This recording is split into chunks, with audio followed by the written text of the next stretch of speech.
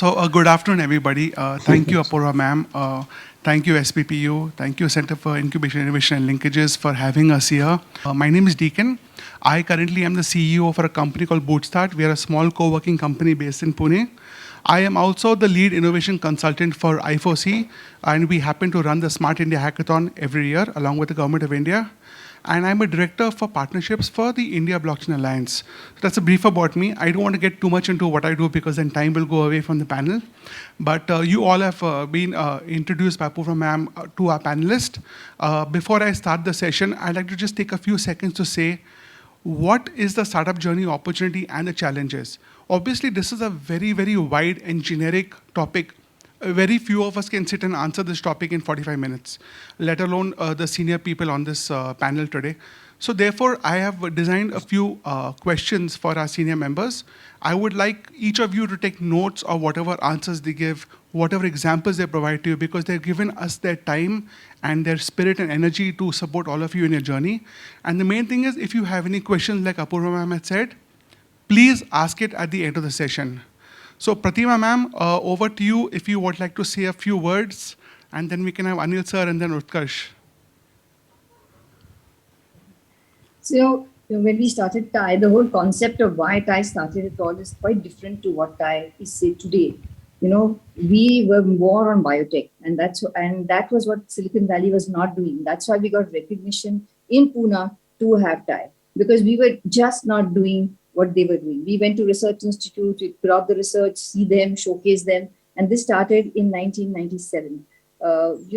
There was this existence of TIE overseas. So here's what I feel, that at the end, I want to leave a message. The twofold messages. All that we do, we need to make sure that we are self-sufficient. We are all going towards one agenda, that is, moving towards Bharat and making us independent of others. You've seen what these wars have done. There's such huge sanctions that even if someone wants to help you, they cannot.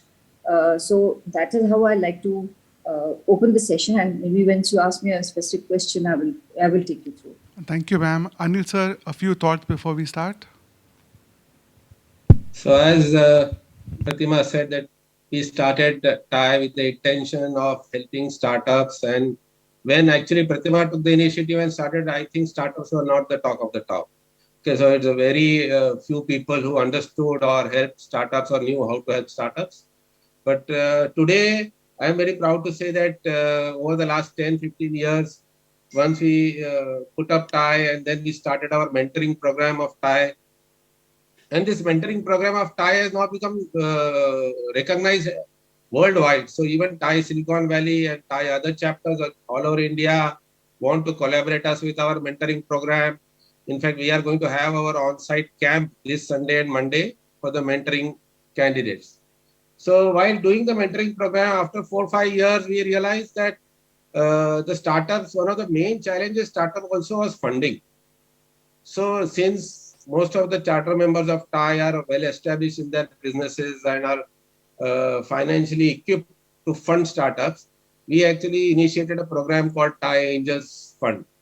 So in TIE Angels Fund also, we try to fund goods and startups which are in the process of scaling up and are in need of funds. So I think we are now, as a TIE organization, we have got a very good, well-defined package, so that whatever the startup needs, I think you should probably get it over. Thank you. Thank you, Anil sir. Utkarsh, a few words. Hi, good afternoon, everyone. I hope you did not have a Maharaja Thali in the lunch. So I've been like a teacher so I'm a teacher, right? So entrepreneurship and everything comes next, and I've been teaching for as long as I remember, like 10, 11 years. But started very early, ma'am. And generally, I know as a teacher, this is the most difficult time to teach because people have had lunch. So you get only 10, 15 minutes to get the attention. Otherwise, people are, out of the zone. First of all, thank you very much for having me here. It's so nice to see that there's so much of enthusiasm for startups. Anil sir, I'll share a secret. When I started out, my name of my company is Fintry. I wanted a platform like this where I'll go and meet other entrepreneurs and learn more about startups and strategies and that stuff. There was nothing available except TIE. So for almost a year, there used to be those Thursday evening sessions that we used to do in ICC TAS. There used to be sessions, right? Tai used to conduct those sessions. I used to be there very regularly. Yes. And I think I've learned a lot. No. And I think that's the whole spirit of entrepreneurship, that you do learn a lot. I mean, you can learn on internet, but you do learn a lot by talking to people. So very happy to be here and very happy to share whatever I can. Thank you. Wow, thanks, Utkarsh. So we will start the discussion on our topic, which is problem to solution, the startup journey, opportunities and challenges. So Pratima ma'am, this question's for you. You have been one of the earliest members of the TAI Pune ecosystem and a founding charter member. You have seen multiple business models grow, sustain and evolve. What are your thoughts on the current startup ecosystem? If you're okay, I would have given you a longish answer for this, because the whole purpose when I started has shifted, and everything has to shift. There has to be change in your life, certainly. But some shifts are there. I just want to correct you that there's not just one platform. There's several platforms where you can showcase. CII and industry is actually showcasing companies, mentoring companies, and they actually go down to trying to solve their smaller problems. So there's a lot of help from the ecosystem now, because now the ecosystem has got created. When we were contemplating TAI, there was absolutely no ecosystem. So yes, I feel that there is lots for me to say in the background about how TAI started. We got all the scientists in Pune to showcase their talent. So why did we do that?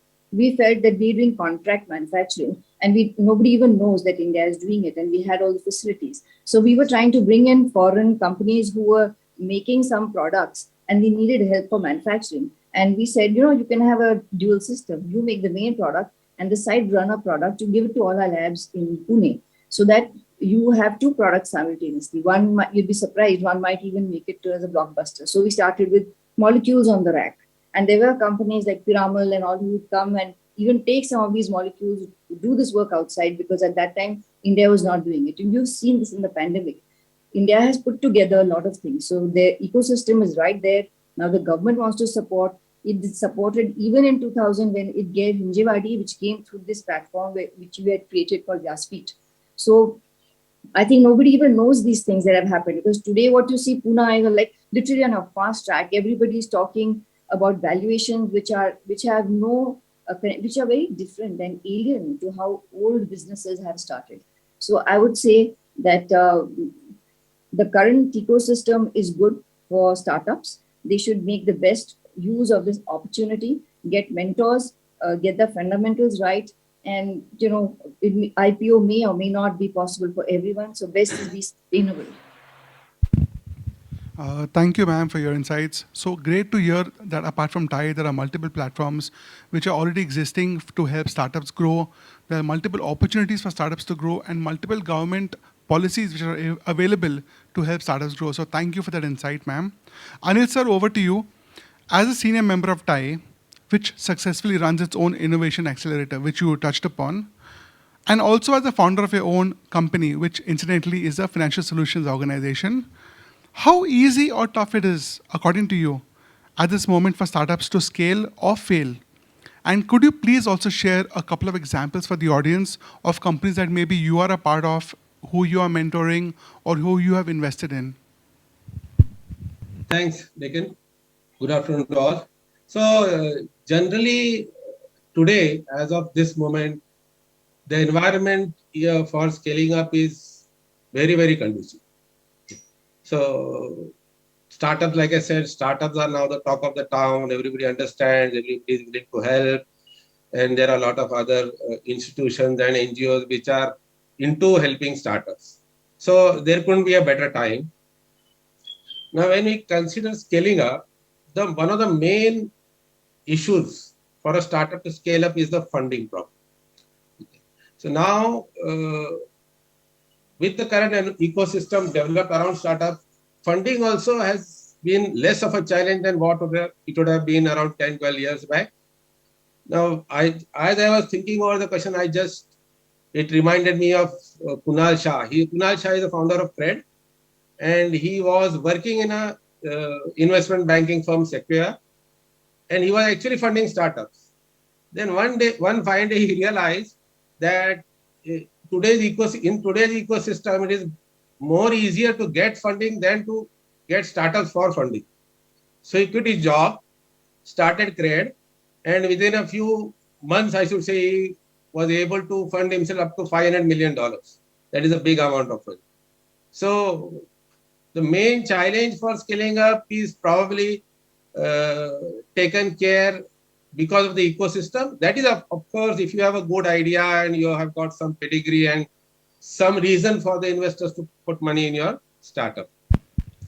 So second factor, if you consider what are the challenges for scaling up, are the support for infrastructure support and the management bandwidth support. Okay, which startups generally young startups need. And in today's environment, if you see, there are hundreds of accelerators and incubators all over the country. And these incubators are mostly run by NGOs or people for whom giving back is a priority rather than making money out. So all the startups can take advantage of this. Typically, startups which are started by young entrepreneurs who lack the experience in a business can take advantage of these incubators and the mentors and advisors available over there, and then be able to scale up without facing most of the challenges which comes with startup and not knowing what to expect. So that also is taken care because of ecosystem. The third critical point when we consider scaling up of a startup is the building of a team and your ability to delegate the work to the team. Now, a founder can easily delegate the work if he has got a good team in place. So that gives him the trust to delegate the day-to-day activities and focus on building up the organization. So now, when you consider delegation and team building, you need good people. So let us assume 15 years, 10 years back, if some startup wanted good people to come and work for them, it was a big challenge. In today's environment with startups getting so much exposure, particularly for the unicorns, okay, you open the newspaper and every third, fourth, there is some news about the unicorns. So once that startup culture is there in the conversations, experienced people and competent people are willing to work these days in startups. Further, the success story of stock options, right from Narayan Murthy's and Infosys days, people have got this fascination for stock options and the amount of financial rewards which come with it. This is also now well documented and well discussed in the job market also. And so people are still willing to not just come and work in a startup for a change, but also for it being a financial rewarding career. So I think most of these three pillars which a startup needs for scaling up, today's environment is one of the best you can visualize. And so my understanding is that startups, if at all somebody is thinking over putting up a startup, then he should forthright go ahead. And even if he wants to scale up and wants to become a big organization, this is the best time that could be. Thank you. Fantastic. Thank you so much, sir. So just to recap, for the benefit of the audience, obviously agility in the startup, the way it moves into the market, funding, a very good team, and lastly, employee benefits to get the best talent for your startup. So you've summarized it so beautifully. Thank you, Anil sir. Thank you very much. Utkarsh's next one is for you. And this was purely because you are an EdTech organization. With EdTech coming off a steep value curve, there are multiple players in the market, with each one eating of the other's target segment. Do you think that this business still makes sense? We are seeing a lot of pivots happening. Apurva ma'am had named one name right now. Is this the end of the growth run here? All right, so again, just so that all of us understand this properly, and maybe for my understanding also. So when we say edtech, it's, it sounds fancy. It's basically a intersection of education and technology coming together, right? So we've seen education business in India forever, right? There are coaching classes, in every lane. EdTech has also been there. It's just that it's become, a cool word these days to talk about. I don't know how many of you guys how many of you have heard of EduComp? Like we had EduComp in India, it's a listed company, they were in trouble, but they were there way back in 2009, 2010, trying to bring revolution. Maybe a little ahead of their time, maybe did not do it the way it should be done. But EdTech, as of now, it's fairly heated industry. Like I'll try to be a little specific with your answer, right? So the way I see EdTech today, I segment the industry into different parts, right? So one is your guys like, if I'm at the liberty of taking names, Bajus and Vedantu and those guys who are focusing on K-12 and test prep market, school K tuitions, right? 10th tuition, 9th K tuition. So that's one segment of the market. The second market you see today is, you'd be surprised to know, but a lot of edtech companies are coming in the hobby space. So you want to learn guitar, there's a edtech company for it. You want to be good at playing cards. You want to learn poker, there's a company which will teach you how to play poker. So that's one segment of the market. Then there is one segment which is upskilling, right? That's where people like me are trying to build their own niche. So upskilling is that you were already working, you have a job, you're doing all right, but you want to skill yourself to next level, right? So you get better salary, better pay. So that's one segment of the market. The way I see it is that K-12 and test prep is extremely overheated at this moment, right? Maybe it was a fantastic market to enter in 2012, 13, 14 in those windows, up to 2020-ish. But now some of the guys have become really big. And the problem with this is that in this market, your potential customer is the parents. I'm sure you guys, some of you have been approached by Bajus and all these people. So your target market is parents, which is a very difficult market to crack because you need to have a brand, right? So you need to have someone like maybe Shah Rukh Khan endorsing your product. So that segment has become difficult now. But I still feel there is a lot of opportunity in Indian edtech space and other niches. I see there will be a lot of verticalization that will happen, right? So there will be players who would come and they would take a niche. Just to give you some statistics, there are about 1.5 million schools in India, right? Roughly about 500,000 of them are private schools, 5 lakh private schools hai. Now, average fees of these private schools per annum is roughly 1,000 rupees a month or somewhere in that ballpark. So if I'm a tech player and if I'm trying to sell my product at 5,000 rupees a month, it's not going to sell, right? So if you look at the pricing of all the big guys today, they're just focusing on the top 5 or 10% of the market.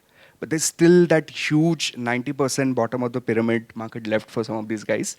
But that will require a lot of localization.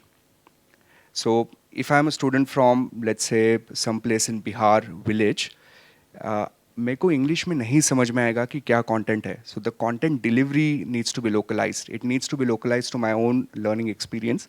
So we'll see a lot of players coming who try to eat up certain segment of the market within the vertical space. But overall, it's a multi-year story. I think next 10, 15 years, we'll keep on seeing edtechs coming and going. Fantastic. Thanks, Utkarsh. And just FYI for everybody, there is a company called Front Row. It is funded by Deepika Padukone, and it helps teach you all the hobbies like he spoke about, guitar, violin, whatever you want to learn, it'll teach you online. And if you have the money, then it'll send a coach to your house for one-on-one training as well. So that's the way the world is right now. Thank you once again. Pratima ma'am, this one's for you. As a keen supporter of the ecosystem through your own innovation society, what are the top 3 technologies that you are keenly looking at and why? Do also share with the audience an example of few companies which you may be incubating or mentoring. So, Innovation Society is a platform. It's not a incubation company.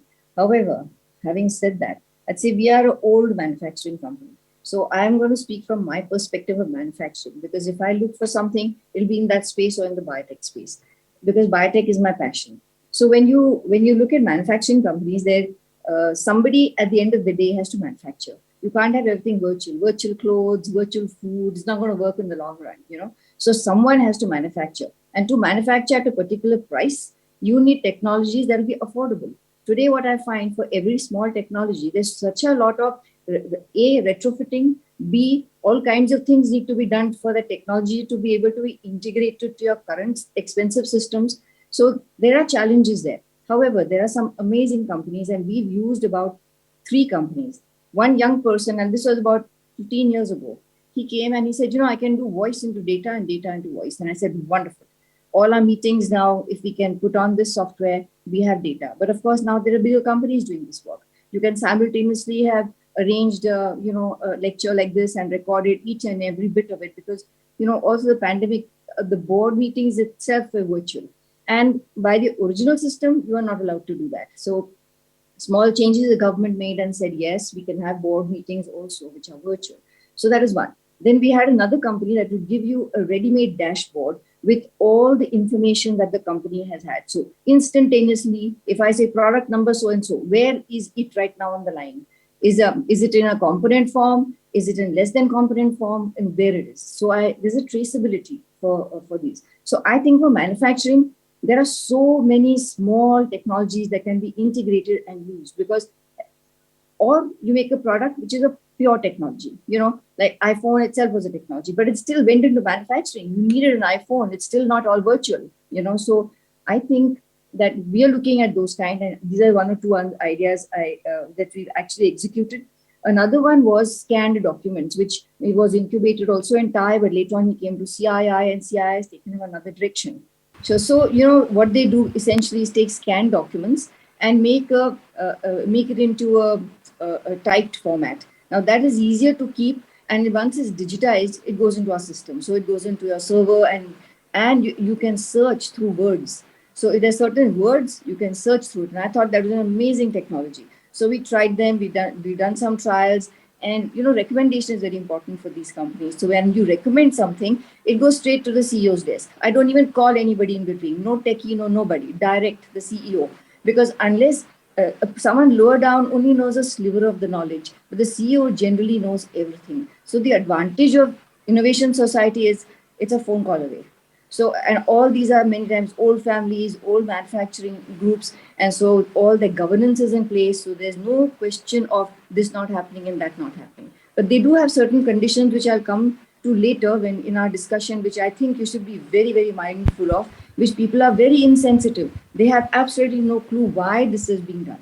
So these are the 2-3 companies. There's another very interesting company that has come back for a second round of incubation at Thai, and that it converts sanitary waste, breaks down all the sanitary waste into 2 parts. And we have women in our organization. So I thought, oh, that's a wonderful idea.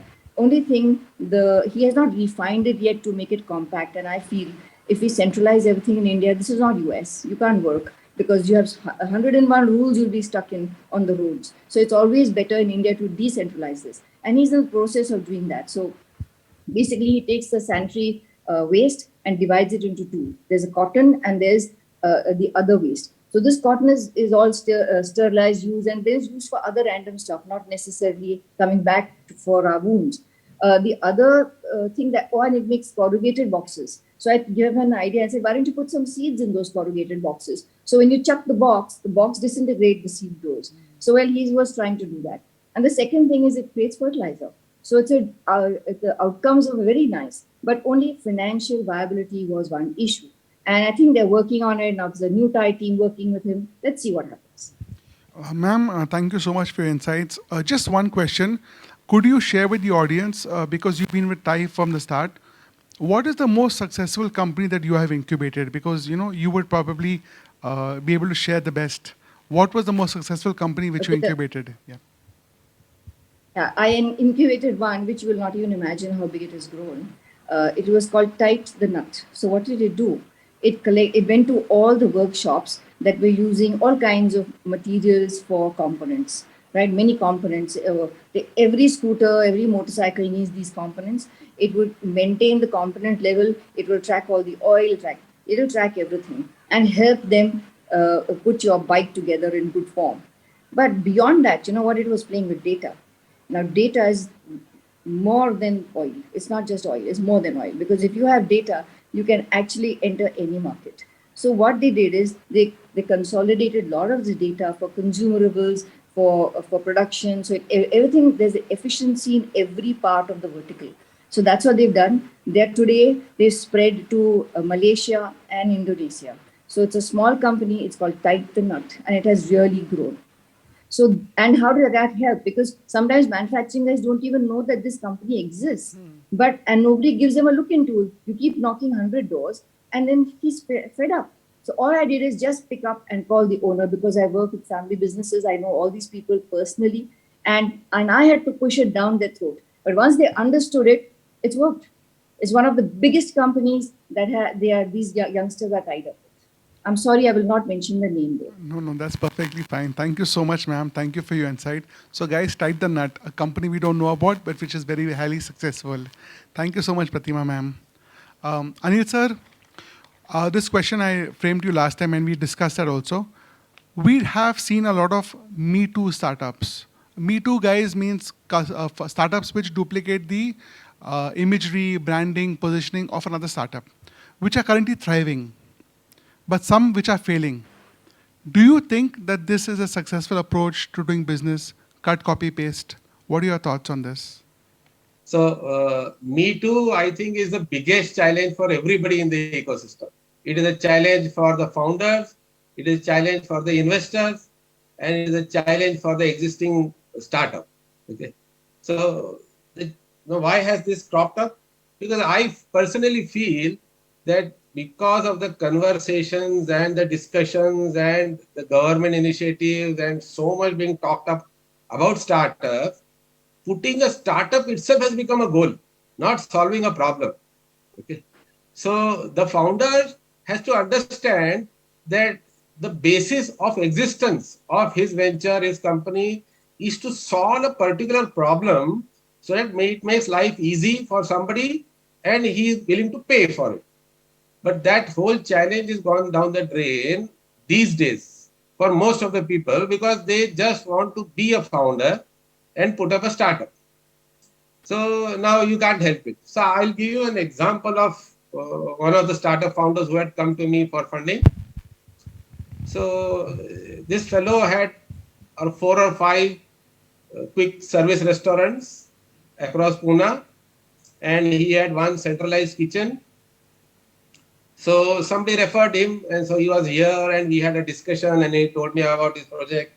And at the end of the discussion, I just asked what he was expecting. So the answer surprised me because just a few months back, Fasus had raised a big round. Okay. So this fellow comes and tells me, Fasus have raised so many million, so I think I should get at least 50% of that valuation. So the challenge with Me Too is founders generally look around and see who is raising a lot of money and they think, wow, this is a good place to be. They start imagining the thousands and crores of rupees already into their pocket, etc., etc. So there can be exceptions, but generally, I think Me Too is the biggest challenge for startup ecosystem right now. So now let us consider this Me Too phenomenon, what is happening over there. Now, if you are a startup and if you identify an idea and that idea is already in the marketplace, then what are the challenges you are going to face? So the first challenge is that there is already going to be established competition in the marketplace who have been there for some amount of time, and you will have to compete with them. So that is first and a very obvious challenge for a Me Too startup. Now here again, if the founders feel that they have their background enables them to have some kind of expertise which is very pertinent to that particular idea, then maybe they can still go ahead with the idea. But generally, if I want to put up any business, why would I put up where there is already a challenge? Okay. So I should not probably do that. Second thing is, an existing startup is already there. You have put up your startup. Now the existing startup has already charted its course. Now you have started to solve somebody's problem. So my feeling is so many times what happens is the founders, their focus gets diverted. Okay. So this half the time the founders are thinking about how they are going to solve the problem. Half the time they think what the competition is doing. and whether that is a better idea or whether their idea is a better idea. And then, it also creates a crisis of confidence, and the whole real reason for putting up that startup is generally drained away. So these are the two very big challenges for a Me Too startup. That is what I feel. Now, this is particularly up to the founders. These are both the challenges are for the founders to first understand and then mull over it and then see whether they still want to be in that business. Now, the third challenge is the funding part. Now, as an investor, I would obviously like to fund an idea which is not there in the marketplace. Okay. So, any idea which is repetitive, which doesn't have the first mover advantage, I would generally avoid, or I would give him a very low valuation. I might take a chance on the founders or the promoters and then give him a very low valuation and see if they are able to compete and then exceed the current competition in the market. So these are typically the challenges for a Me Too startup. Now, if at all, but still if the founders want to still go ahead with that idea because they feel they are much more better suited to tackle that problem than the existing competition, they can have I have actually two suggestions for them. One is that they can have a differentiated product. Okay. So maybe they are trying to solve the same problem, but if they can tweak the product a little bit, differentiate it, they will be able to sell. And they will not be able to just sell the product to the customer, but they will be able to sell the idea to the investors also. So if you can tweak the product a little bit, and that unique differentiation you are able to create it appeals to both your customers as well as your investors, then that takes care of one part of the problem. Generally the investors are apprehensive, so this is a better way to approach it. So similar idea is that having the same product or a slightly differentiated product, you focus on a very niche segment of the overall market. Then your product differentiation can be more focused. Okay, it can be more useful for that niche market. In this niche market, then you can try to be the market leader. Okay, what it does is it gives you a lot of confidence. It also gives you a presence in the marketplace. Okay, maybe the market as such is not a big market, but whatever is your marketplace, in that marketplace you get talked about. Okay, which is a big thing for a startup. And once they have settled there, then they can further think of going to the broad market or then pivoting something from there. So if at all you want to be in a Me Too market, I think these two are a very good way outs, and then you can still be in the comfort zone or the vertical which you want, and then go ahead. Thank you. I think this is what I think. Thank you, Anil sir. So basically, that was a masterclass in basically what I talk about, go-to-market strategies. So the first thing he spoke about was TAM, SAM, SOM. That's your total accessible market, your serviceable accessible market, and your serviceable obtainable market. That's where your customers are and where your customers will find you. The second thing that he spoke about was on value proposition. What is my product features? What is my product service? Can it fulfill my customers' needs? Can it create him some emotional clarity? Can it make him happy? What are the pain points?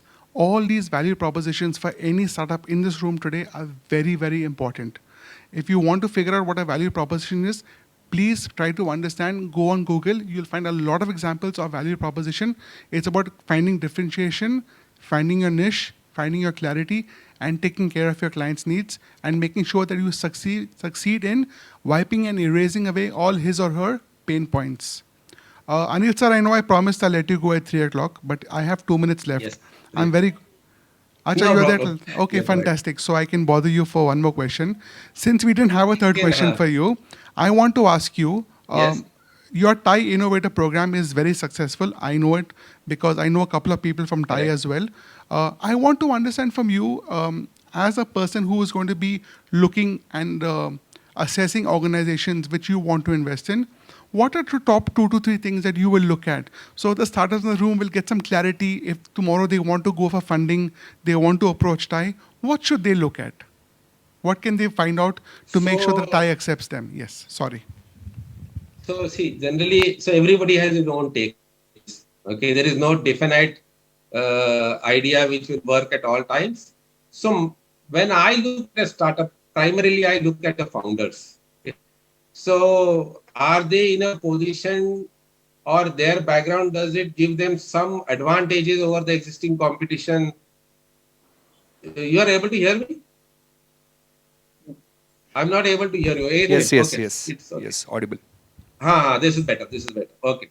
So first thing is I will look at the founder's background. Then I will look at why the founders are into the business. Like I just mentioned, the Me Too kind of guys. Okay. So once both these things are in place, then I try to look at how much the founders, the time available and the focus and the passion the founders have for solving the problem. So once these three things are in place, then I look deeply into that idea. So before I am comfortable with the founders and their reason to put up the startup, I don't even peep into the business model. So once I am comfortable from that end, then I peep into the business model. I try to see what is the market size, then judge whether these people will be able to garner some percentage of that market size. And I would like to actually tell all the young would-be founders sitting here, market size is very critical. See, there are so many times these people put up a business, and the whole idea of doing that business is to take care of their needs and the employees' needs, etc., etc. So it becomes a lifestyle business. Typically, for a young graduate whose family is into service, for them a business with 10 crore turnover and 20 crore turnover is a aspirational goal. But the challenge with the investor is he cannot be compensated with this kind of ideas. So if I want to make money investing in a startup, the startup has to be a few hundred crores. Okay. So whenever you want to get funding from professional investors, see, you can always go to your parents, friends, and then get funding and then build up a lifestyle business, and then it takes care of everybody, gives some returns over a period of time.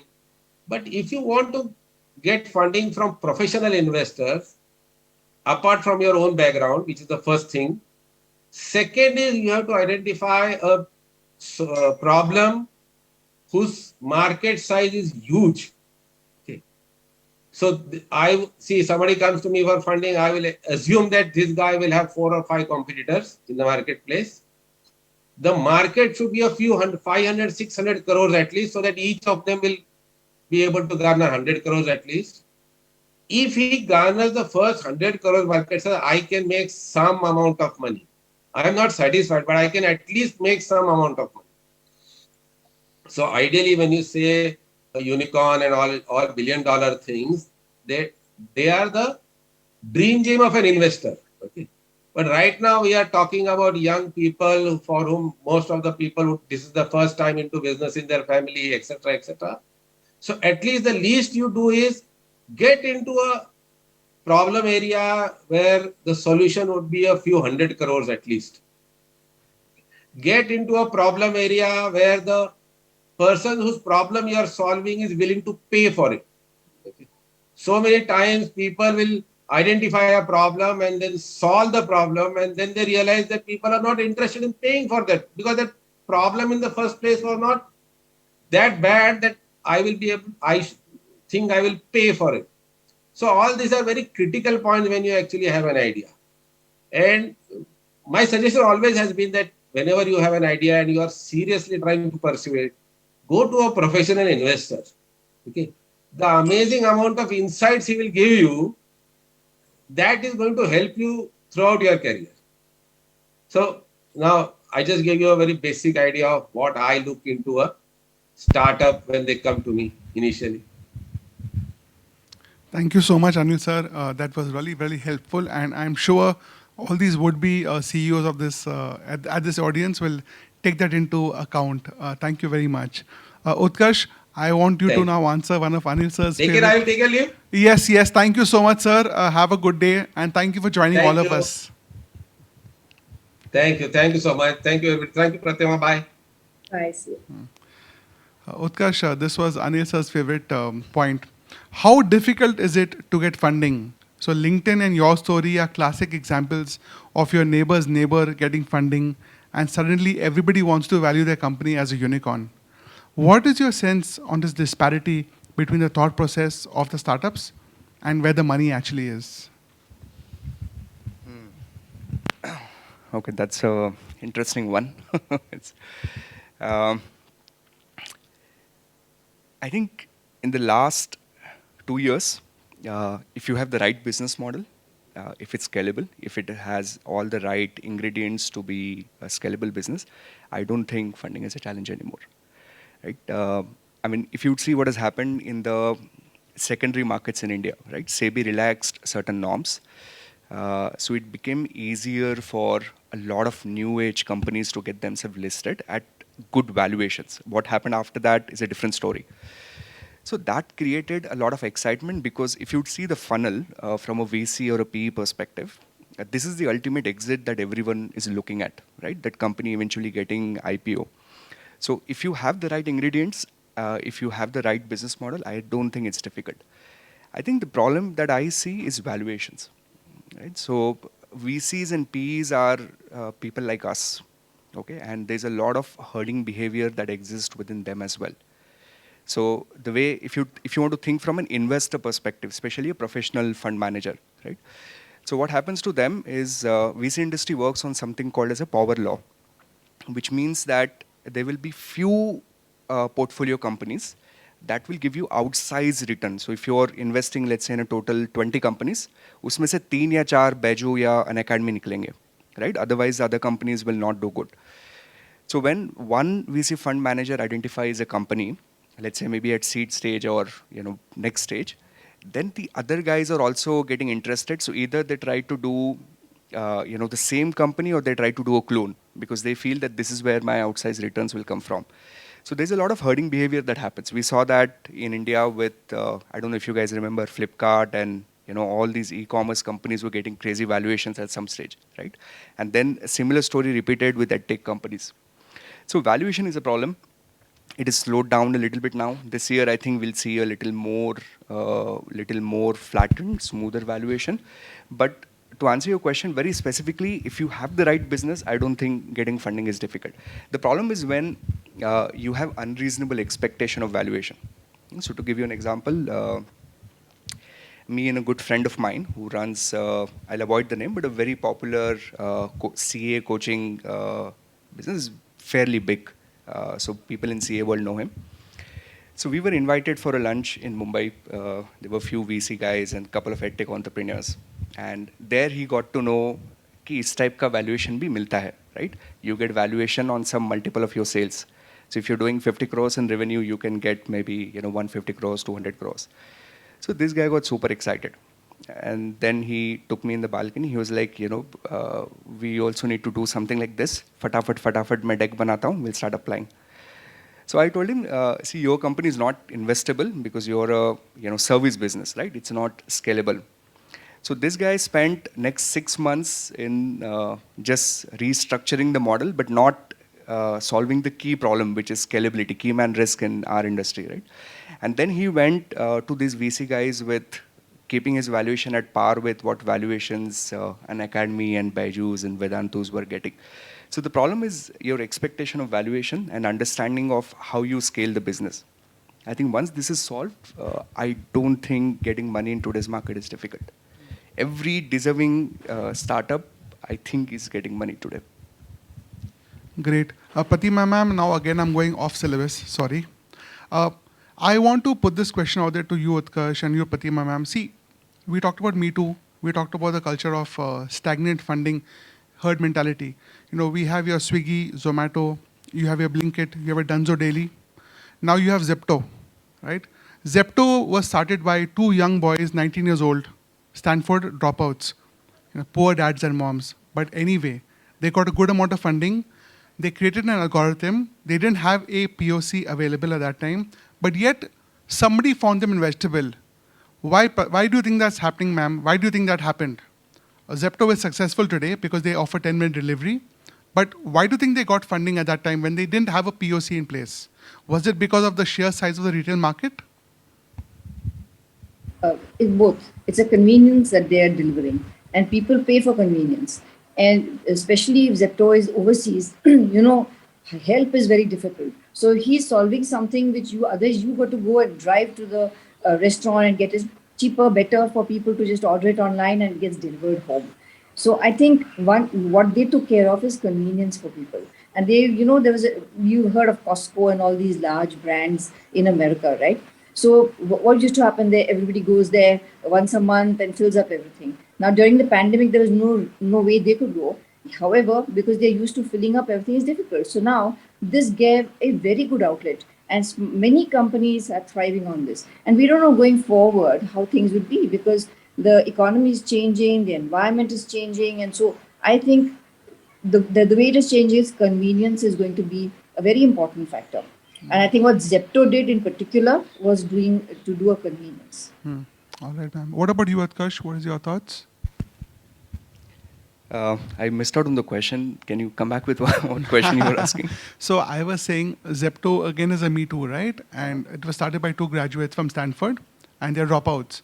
So when they started this, they had an algorithm in place, but no POC. Right. But yet they got funding and validation. So was it because of the size of the market or was it the herd mentality which you actually spoke about just now? Yeah. Okay, that's a great question. I think first thing is, these days dropout is a very cool thing to happen, right? I mean, so many dropouts, right? Don't A lot listen of to him, founders. okay? All of you, please If you're a pass. student, yeah. But dropout is cool. Like people these days, you see so many founders, right, dropping out. But anyway, so I think I'll answer this specifically. I haven't studied this particular business model, but my opinion on cloning is different. Okay, I think imitation, copying someone is, to me personally, is a really smart thing to do. Like we're shameless in my business. We copy. We look at what my competitors are doing. We like something, we copy it, and we're absolutely shameless about it. Because I think that why do you need to reinvent the wheel if someone has gone through multiple iterations and they have done the experiments? I can take good parts from them, but then I can build on top of it and build my own differentiation. In this specific case, I'm not really aware, but again, I think size of the market definitely makes a big difference. Also, the differentiation you are able to create with the offering, that could definitely be one of the reasons. So great. Thanks, Utkarsh. So again, what Anil sir had touched upon, your value proposition for your product, which is again a part of your business model canvas. So those of you who attended the business model canvas training would understand what value proposition is. Those of you who attended GTM with me would understand what value proposition is, and your TAM SOM. So I think this is very, very important when you look at your next round of funding or when you look at a seed funding. What segment of the market, population, what size of the market, what is the average ticket size for each consumer who purchases from you? All these are critical factors for an investor to invest in your product or service. Pratima ma'am, going back to syllabus. So ma'am, Yeah. being a part of a large corporate group, which you are, what are your views on the corporate sector supporting startup growth through accelerators and incubators? We see this a lot on the tech side, but rarely on the manufacturing and service sector. Yes, so let me put things in perspective. When you're on the tech side, you need much less. You can actually sit from anywhere. But when you're in manufacturing, all your investment and your resources have already gone into a capital good. So that good that you have created has to churn something, has to earn something. So you will align with technologies which are in your vertical. So let me give you an example of ourselves. When we started business, we were doing many businesses one after another. As the business failed, we could shift, but we could shift because there was no great infrastructure needed at that time. But when we decided a vertical, now you fixed your infrastructure, all your resources are in there. And so our innovation starts becoming vertical and horizontal allied, not completely different, if you want that particular business to grow. And that is what we have been stressing on right now. So manufacturing companies are funding incubators. People just don't know about it. They do fund incubators. The only difference is this: they do not get any equity. And if you don't get any equity, it comes as a donation. The person who is going to invest after that doesn't know who has actually given that money to that company. So if you are in a government incubator, you are getting funded by corporates. They are funding, but their names don't show up because it just comes up as a donation. But I think this has to change. And if people want corporate to fund them, they may fund a certain amount. Because see, at the end of the day, when you invest, there are three ways you need to encash your investment. Either you have an IPO, which is going to become difficult for all companies, or you will have you will get bought out by a company. So if really a company wants to have you, it buy you out. And the third way is that you just make yourself sustainable, become a vendor to other companies. And all the large companies are supplying all over the world. They're not just supplying to India. So you get that. The only problem I find here is the NDA. These young entrepreneurs do not like to sign the NDA because in a global company, we have an NDA with our partners overseas. They have an NDA with all their vendors and contractors and everyone. Means what? Means your ideas cannot go out. Now, I have seen that many entrepreneurs believe their idea is so good that they don't want that NDA to be signed. But that means they want to choose the other route, that is go IPO or get bought out by some company. So these are the choices every entrepreneur will have to make. But for industry to put in incubators, it's a bit, they do it already. Then they accelerate, they spin out small companies. All this is already being done. Thank you, ma'am. So May I obviously, add one more? yes, yes, May I please. add one more point? You see, once you are in the market with a product, it's already in the product, right? It's easy to make a product, difficult to sell a product. So you make a product and you use all these technologies in the vertical. Now the competition is so cutthroat and it is so price sensitive that if an entrepreneur, we are going to use some new technology, he has to understand this, that it is price sensitive. Just because he has some great technology, yes, once you use it and you know this is happening, then you can expand on it. But to from day one say, I'll not do this, not that, to dictate terms, obviously industry will say, you know what, I've already invested a large amount of money in my organization. So instead of going elsewhere, rather put it here. That's number one. Number two, that yes, the next generation and family businesses also sometimes don't like the business. They find it very prosaic. So they want to invest. So the family will choose to invest on the behalf of an individual into a company that is doing well. And I have showcased several companies like this in the family on the family business forum. So they can contact me and I will showcase them. It's typically on a Friday. Thank you so much, ma'am. You said one magical word, IPO, just now, and I thought that I would like to have your thoughts on this. So all of you know, Paytm is 67% down of its stock price. Policy Bazaar is 37% down on its stock price. Nika is trading at about 20% discount to its initial premium. What do you, as you being old school, a corporate, think about this new economy businesses? Do you think that they deserve to go IPO right now, or do you think they're just riding the wave and taking advantage of the succulent wallets of the Indian people? I shouldn't say that actually. Yeah, basically, yeah, no. Basically, what I see is this is going to be another reshuffle, a reshuffle of finances. So, if there are five people, A had all the wealth, B, C, D didn't have. Now, when you go IPO and do all this, A has spread his wealth. If he spent on that IPO, two or three or four companies. So, finally, whoever purchases the companies is the one holding the baby. Now you decide how big a baby you want to hold, whether you want to hold it in crores or you want to play this game in lakhs or thousands. So that's each one's call. Because I do not see that every company will go IPO.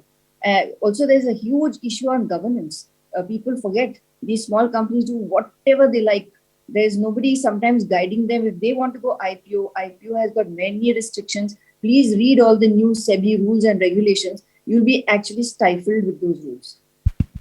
She's absolutely right. Thank you, ma'am. When Paytm signed its red herring prospectus, DHRP, they said for next 5 years we don't intend to make any profits. So invest at your own risk, and that's what's exactly happening today. Utkarsh, what are your thoughts on this? Yeah, I think, see, I'm invested in some of these, and I absolutely love. What happens is, the big ones, right? The Paytms and the Policy Bazaar, they get all the attention. But there are a lot of sweet businesses that also came out, which are new age. There's this cool thing happening these days called SaaS. And, people are saying SaaS is software as a subscription. And people are saying that India could become the hub of global SaaS industry, right? Some fantastic companies are coming out of it. So there is no rule book here, right? There are, for me personally, it's a positive thing because these are free capital markets. It's a buyer's decision to decide to do the due diligence and decide if I want to invest or not. Regulators create a provision. Loss-making company is not necessarily a bad thing. Like fundamentally, the way I look at businesses is I can decide to grow slow and I can be profitable. I can decide to grow fast, bite the bullet for a few years, but then bring in exponential profitability at some stage, right? So I don't necessarily see that companies which are making losses are bad companies. I don't see them as villains. I think this is an entrepreneurial spirit, and I want to celebrate them. Like honestly, that's how I look at them. So if the regulator is giving them opportunity, why not? Let the capital markets decide if they want to put in the moolah there or not. So I don't have any reservations, any problems against them. I also do not see this as end of the world. Markets are in a state of panic, so it's not only the companies, but the overall environment that's playing out. It has happened with a lot of companies, even the biggies, right? Even Infosys, when it got IPO'd, was undersubscribed, right? But people made crazy money on Infosys. So it's a wait and watch game. But that's a different story altogether. But overall, I'm very happy with all the regulations that SEBI has come up with, especially allowing these companies to get listed, because that means more risk capital coming at VC and PE stage. That means more startup getting funding. So good news for you and me in general. That's how I see this. Fantastic. So you saw both the bipolar views, one from the corporate side, one from the startup side. So fantastic. Thank you so much. Utkarsh, one question for you. Can you just share with the audience your views on a few startup-friendly reforms? We have heard a lot about support for startups under various government incentive programs and compliances which are becoming easier. Is this enough? Or is that more that we can do to support the sector? Okay. This is an interesting one. I think I have a slightly not so popular view on this. So what happens is every few years, I'll just give you an anecdote. Okay? So every few years, government does this survey where we try to figure out what is the average income of people so that we figure out what percentage of population is below poverty line, right? So these teachers, primary school teachers, they go house to house on a sample basis और लोगों को जाके पूछते हैं कि आपका income कितना है. Now the typical psychology there is that when these teachers go to these houses, ये जो लोग होते हैं ये सोचते हैं कि if I report my true income, then I will go beyond that below poverty line limit, and then I will lose out on all the incentives and all the benefits that I'm getting. So as individuals, we always want more from the government, right? And that is always the case, that I'm running a startup, GST maaf kar do, tax maaf kar do, give me tax break. Overall, I think what has happened in the last 7-8 years, I'm extremely happy with it. I mean, of course, I have certain issues which I would like, to be resolved. But overall, the way ecosystem has been built up in the last few years is fantastic. One of the important shift that I see is now the change in psychology. Okay, so just think about it. When I was in school and I graduated, a lot of my friends' parents wanted ki tu IAS ban ja.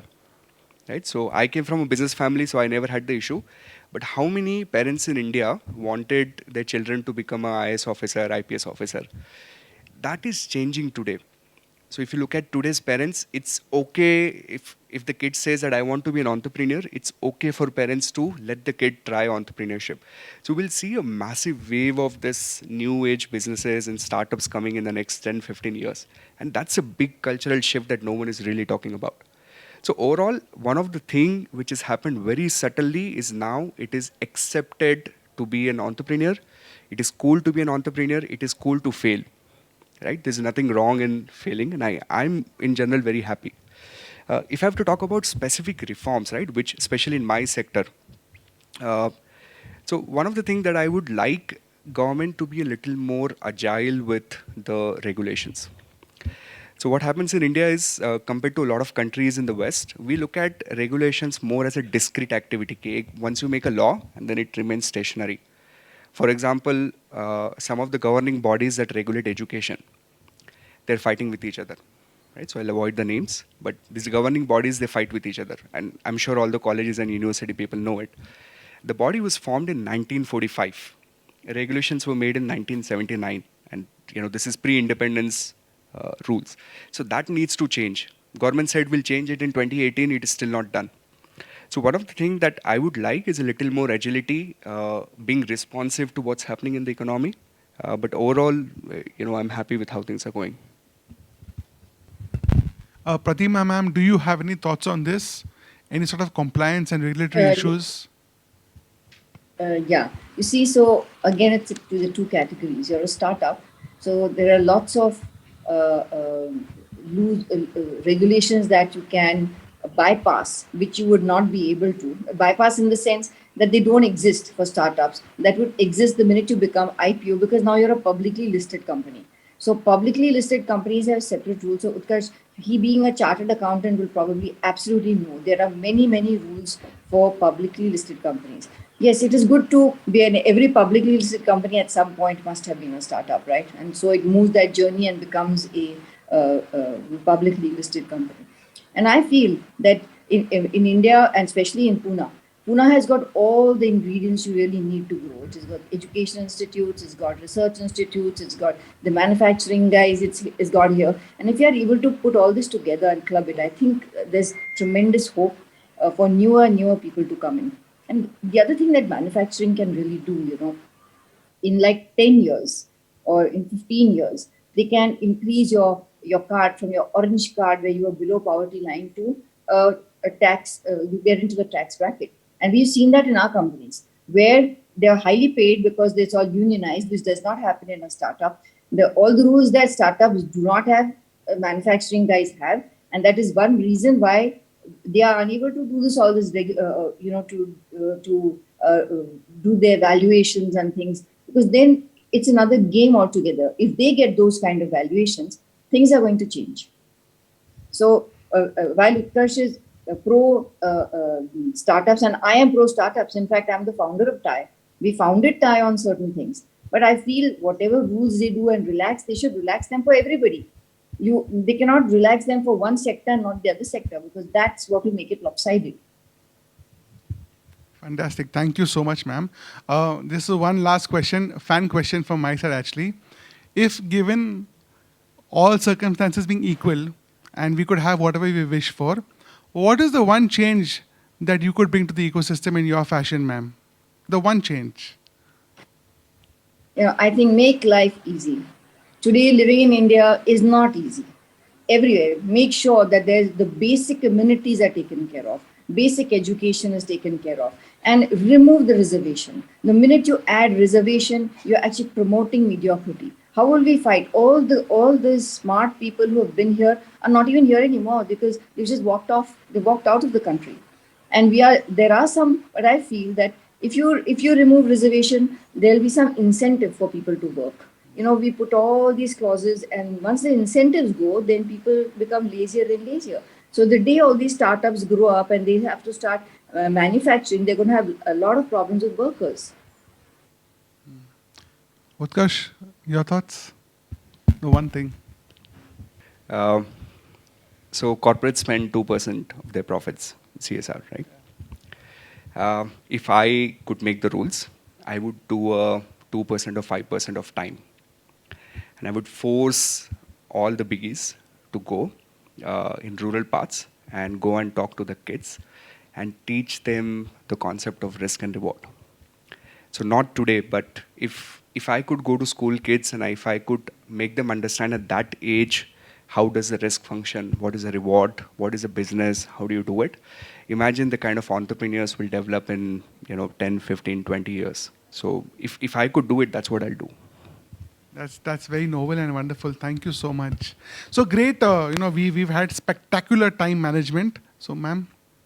But I want to wake up the crowd now a bit because I have some questions for very specific people sitting in the room.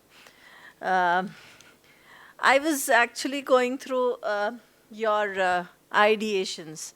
And today, this topic that we are covering is more from the perspective of problem to solution. Yeah? So you're talking about problem to solution.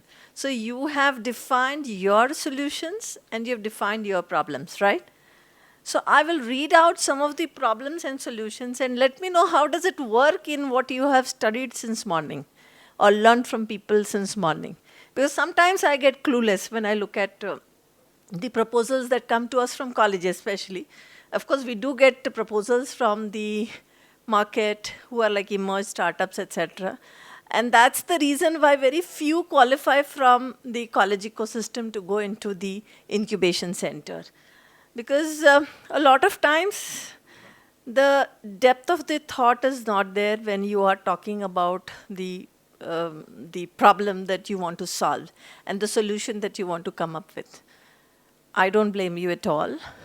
But I understand that I have a very difficult task sitting here to identify the good ones amongst you.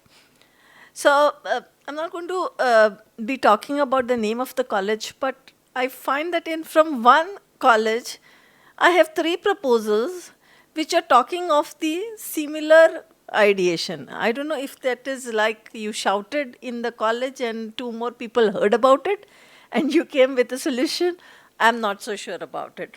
So I don't know if anyone is there from the team called PN13. Anyone from PN13 there? PN13? PN8 and PN10. I know some of the university exams are also going on. So some teams couldn't come and their faculty members have actually joined in instead of them. Their mentors have joined in. But we had no choice because we had to do this program in the month of March. So just to give an understanding to the audience sitting here, one team says multi-purpose electric vehicle for farmers. So this is the title of the project which defines what they want to do. The second one says agrotech multifunctional sprayer.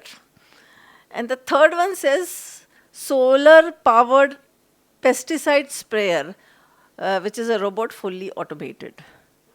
So 19-20 ही है मेरे को लगता है difference. I don't know, you need to think about what is your idea. We're not here to discuss. I'm not going to give the names of the teams at all. But I'm just trying to say that the kind of ideas that you come out with, we have difficulty in choosing you. Here, the world, you're seeing a different world here. This world is very different from the world that you are in. You're in the world of academics. Fortunately, I think Utkarsh understands a little bit of academia, though he's a corporate academia. He is not academia like us. He's a corporate academia, which is very different ballgame from where we are. Right? So we have solar tricycle sitting there. For 3 years, you're sitting there on a solar tricycle, right? Ideation. So here we have, he has a proprietary company. For 3 years, a superb idea of solar tricycle which he has come. And I think Madam has also met you in the past. Yeah. So this is the push that we want to give you. Why are we here? We want to give you a push to understand that 3 साल बहुत लंबा time है. 2 years is a long time, not 3 years, I think 2 years. And 2 years is a long time. And here we have some people on this side of the table telling you that in 2 years, you should at least make 3x. This was the statement made by the panelists who were sitting on this side of the table, that we need to have at least 2x, 3x. And here we are not even graduating from ideation stage to a company stage. And the reason why we always insist that you get into a company stage is that is where compliances will come. And this is where the pressure will come on you. And this is where the pressure would be there for you not to take up a job. There will be pressure on you not to do consultancy. Because a lot of you, another issue and challenge, that is the reason why we took this topic very specifically today, problem to solution, because I wanted people to ponder and think about your problem statements and the solutions that you're bringing and to deliver a successful startup. Do you really think that you have come out with the idea which will lead to a successful startup? How many of you believe that? Tell me. अरे एक दो हाथ तो ऊपर उठाओ. Good, good. Yes. Okay. Can we quickly have a round from you in terms of understanding why do you feel you will be able to deliver that? We start from there. And then we'll take up the questions surely. एक थोड़ा mic दे दो तो अच्छा रहेगा वहाँ पे. Quickly, someone give a mic to him. And the problem that we are solving is we have developed a bioplastic product which is not harmful as the plastic that we see in the market. And we have seen that the plastic that are in the market, sometimes the animals and humans consume it through one means or the other. But our one is an edible one. So I think this will be a great product. Sure. Now, another problem. You have brought the problem statement here to me, for me. This is a problem statement for me. Because I get this in ideation stage. There is no proof of concept. Is there a proof of concept? I did not get Is it. not done. So in idea, I can think, I can dream of a lot of things, and No, I ma'am, can. we have a prototype ready for that. Yeah, great, great. Have you done the competitors analysis? Yes, ma'am. Very good. And you have put a business plan canvas as well. Yes, ma'am. Right. Who is your competition? Ma'am, the primary competitor is the existing plastic bags. Rather than that, the jute bags that are in the market and the other paper bags that are in the market, they will Okay, be in our one primary. line, can you tell me what is the problem that you're solving? The problem that we are solving is we will be eradicating the plastic the plastic bags that we see in the market. Means we will be removing that. I don't know. It's a very tall statement. We will try. No, no, I'm saying what is that one statement of yours? I've seen I've said what I like. No, no, we're not talking about resell. I'm just saying. Ma'am, I did not get the means. I cannot understand the question. So Okay, fine. But you've been good in answering the question, so Thank I you, will ma'am. claps to you for whatever you have spoken. Quickly, the second team who raised your hands, I forgot who were the other ones. Yeah, quickly. Are not here. So I'm just speaking Yeah, behalf sure, of sir. them Please, go ahead. because I am mentor of the problem Yeah, you were project. talking very Yes, high yes. about your team. Yes. Yeah, let us know. So the problem we are solving right now is we are trying to reduce the cancer because of chemical consumptions. For lots of products, people consume chemicals. Maybe it is an Ayurvedic product, but it is made of with chemicals. So we are providing herbs to people directly in the raw form. And second problem we are solving is of those farmers who are growing herbs in India. Farmers are discouraged because they don't know where are the exact markets where they should sell the raw herbs. So we are encouraging, we have created the portal is ready, that we have made it in Hindi, that is Kisan portal, where Kisan can find the prices of herbs, identify the markets where they should sell, it is Pune, Mumbai, Bangalore, where they should sell the herb. Yeah. Plus, we are providing these herbs to the customers who don't know where exactly they should buy the original and authenticate herb. So product is ready, and last year we have filed almost 2.5 lakhs GST, and this is the second year we are up to completion. This is fully developed in our incubation center. Perfect. We already have a company of similar nature for last 3 years. Good. Can we have the next ideator to talk about the idea? We can quickly have all the ideas fast. Quickly, in 1 minute, please talk about your ideas. There were so many hands that came up in the middle. What happened to them? Come on, quickly. Yeah, here in front. Yes, good.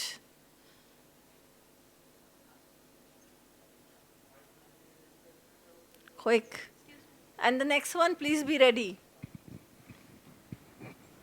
Yeah. Okay.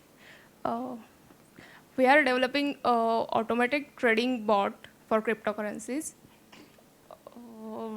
In today's world, there is a huge unemployment, and so many people are looking for trading as a passive income source, but they have no that much knowledge about analyzing market, technical analysis of the market. So they undergoes various losses, and we are to overcome this problem. We are here with a Bitbot, that is automatic trading. We are providing automatic trading bot which will trade automatically for the traders. Good, good. Be more confident when you're talking. It's your idea, it's not my idea. See the gentleman there, see the confidence that he had. What is your name? Your name, yeah. Yeah. Nirakat. So he is, see the confidence that he had. He was questioning me also. I liked his approach and attitude. So I'm sure everyone who comes with an idea need to be really bold and specifically talking about. Next, fatafat. One question I Fast. have for her, but Yeah, what is your view on the regulatory compliance? You can't trade in India, cryptocurrency. I'm talking to you, yeah. I know, so that's why I stopped all the questions. I said, let's only hear the ideas for a minute. Tell me, Yes, we can trade in crypto in India. in India? Because right now in the budget, the budget came, they said there is a 30% tax on crypto, as well as the RBI has declared that it is going to launch a digital currency of our RBIs. You can trade on their currency, not on your own currency of Bitcoin, Ethereum, and No. Litecoin. We are not going to in our currency. It will be exactly like the other manual trading platforms. We are just providing you an integrated strategy, which will eventually it will just minimize the losses. Acha, ठीक है. And it will automate the manual We'll have trading. another session on that. So we'll speak Thank about you. it. Good. Next. Yes, please go ahead. There you go. Hello, my name is Madhvi. I'm from Indira College of Pharmacy. So our problem is related to the tuberculosis.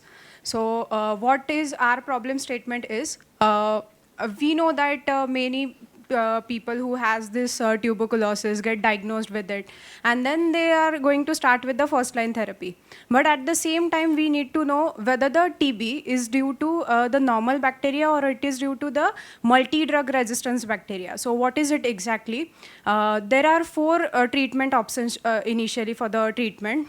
So if there is resistance to isoniazid and rifampicin, these are the 2 first line agents for treating the TB.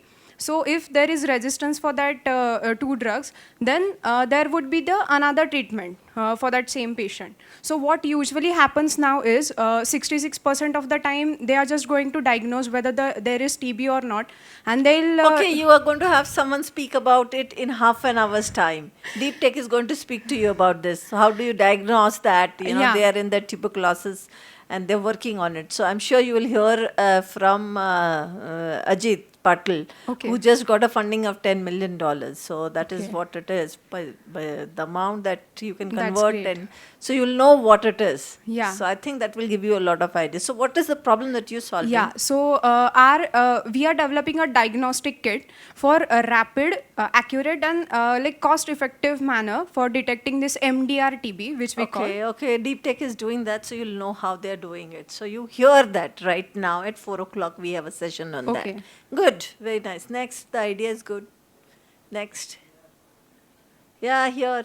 अरे क्या अथर्व बोल रहे.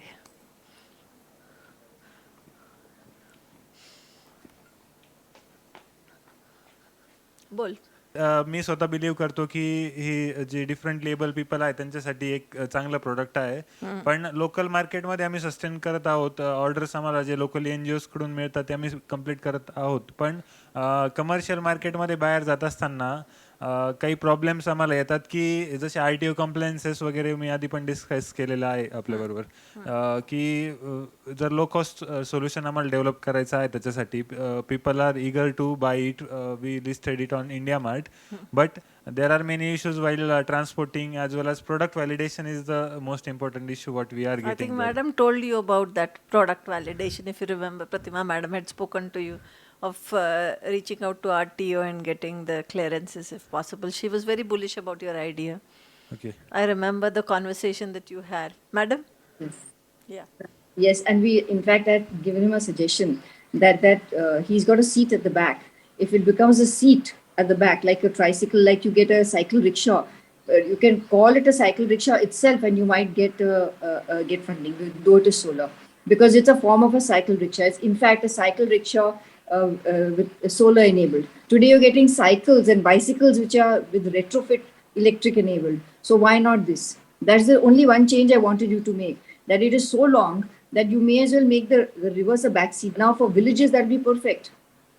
Yes, ma'am, we have done that according to requirement of customer. We have done many additions according to the customer. So 10 to 15 tricycles we did as a trial, as a different requirement of customer, as well as not speaking about RTO, because the RTO is restricting the compliances to the vehicle above speed of 30 km/h. So I was actually thinking in the point of view of something certifications like ISO, ISI, or something standard So I speak with many people, but they just ask me that we are cool at doing what we say. म्हणजे आम्ही कुठल्या गोष्टीला standardisation द्यायला किंवा testing करायला okay आहे. Nashik engineering cluster मला ते बोलले की आम्ही टेस्टिंगसाठीच फेमस आहे.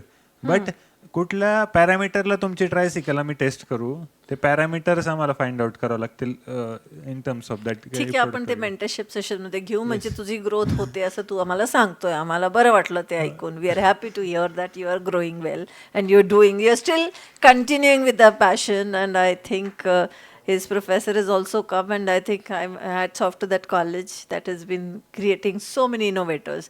Kopargaon madhe that college is in Kopargaon, and I think they are doing Sanjeevani, no?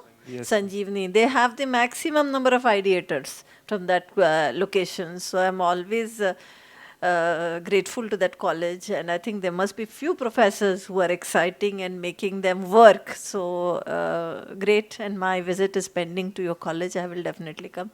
This side, can we have one quick? I think otherwise we'll have to call it a day at 3:45. 1 minute to go.